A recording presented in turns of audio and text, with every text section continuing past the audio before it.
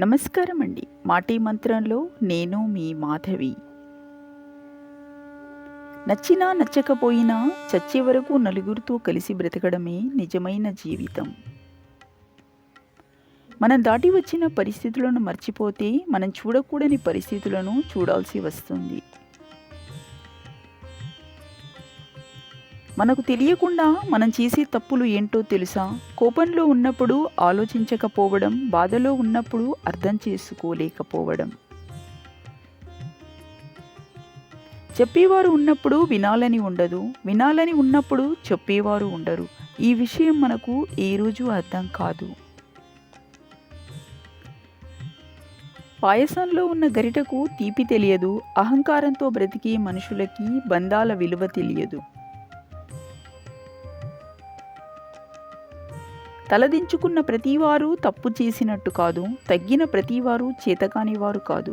కొన్నిసార్లు నెగ్గడం కంటే తగ్గడం వల్లే మంచి జరుగుతుంది. ఎదుటి వాళ్ళ మనసులో ప్రత్యేక స్థానం కోసం పరితపించిపోతారు కొందరు. వాళ్ళు ఓ ప్రత్యేక స్థానం ఇచ్చాక వాళ్లకు చెప్పకుండా పారిపోతారు. పుకార్లు శత్రువుల ద్వారా పుట్టి, అజ్ఞానుల ద్వారా పాకి, మూర్ఖుల ద్వారా అంగీకరించబడతాయి. ఈ మూడింటిలోనూ మనం ఉండకూడదు.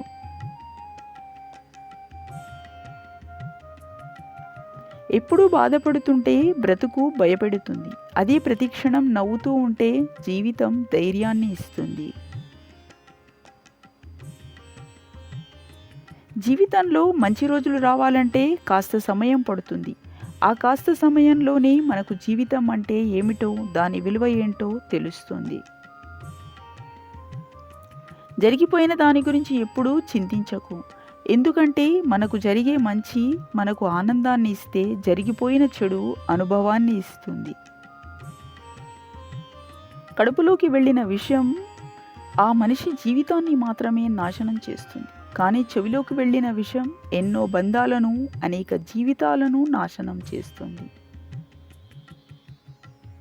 ఎప్పుడు కూడా తప్పుడు మాటలు చెప్పడం ఎంత తప్పో, చెప్పుడు మాటలు వినడం కూడా అంతే తప్పు. ఆపద వచ్చినప్పుడు మనల్ని కాపాడేది మన చుట్టూ బలగం కాదు, మనలో ఉన్న బలం.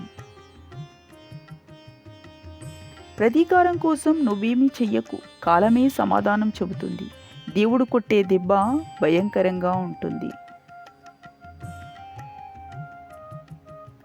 ఒక పురుషుడితో ఆనందంగా జీవించాలంటే అతన్ని ప్రేమించడం కంటే అతనిని అర్థం చేసుకోవడం చాలా ముఖ్యం. ఒక స్త్రీతో ఆనందంగా జీవించాలంటే ఆమెను అర్థం చేసుకోవడం కంటే ఆమెను ప్రేమించడమే చాలా ముఖ్యం. అతి స్నేహం, అతి ప్రేమ, అతి చనువు మన మనశ్శాంతికి హానికరం. అతిగా అనుబంధం పెంచుకుంటే అదే స్థాయిలో బాధని కూడా భరించాల్సి ఉంటుంది. ఆనందం అంటే డబ్బులు, ఆస్తులు సంపాదించడం ఒక్కటే కాదు, మనల్ని ప్రతిరోజు గుర్తుపెట్టుకొని ప్రేమగా పలకరించే మనుషులని సంపాదించుకోవడం కూడా ఆనందమే. ఈ సమాజంలో బ్రతకాలంటే వేటాడే సింహంలా అయినా ఉండాలి, లేదా పరిగెత్తే గుర్రంలా అయినా ఉండాలి. లేకుంటే తొక్కేస్తారు. అదృష్టం మనతో స్నేహం చెయ్యాలి అంటే ఆ అర్హత మనకు ఉండాలి. ఆ అర్హత పేరు నిరంతర కృషి. అది పట్టా రూపంలో ఉండదు, పట్టుదల రూపంలో ఉంటుంది. నీకన్నా మరణం గొప్పదే, కానీ అది నిన్ను ఒక్కసారి మాత్రమే గెలుస్తుంది. కానీ నువ్వు బ్రతికి ప్రతి క్షణం మరణాన్ని గెలుస్తూనే ఉన్నావని మర్చిపోకు.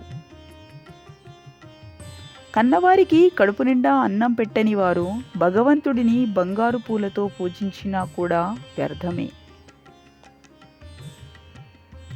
బలవంతంగా లాక్కునేది కాదు ప్రేమంటే, ఆప్యాయతతో పెనవేసుకునేది. అలా పెనవేసుకున్న బంధానికే విలువెక్కువ.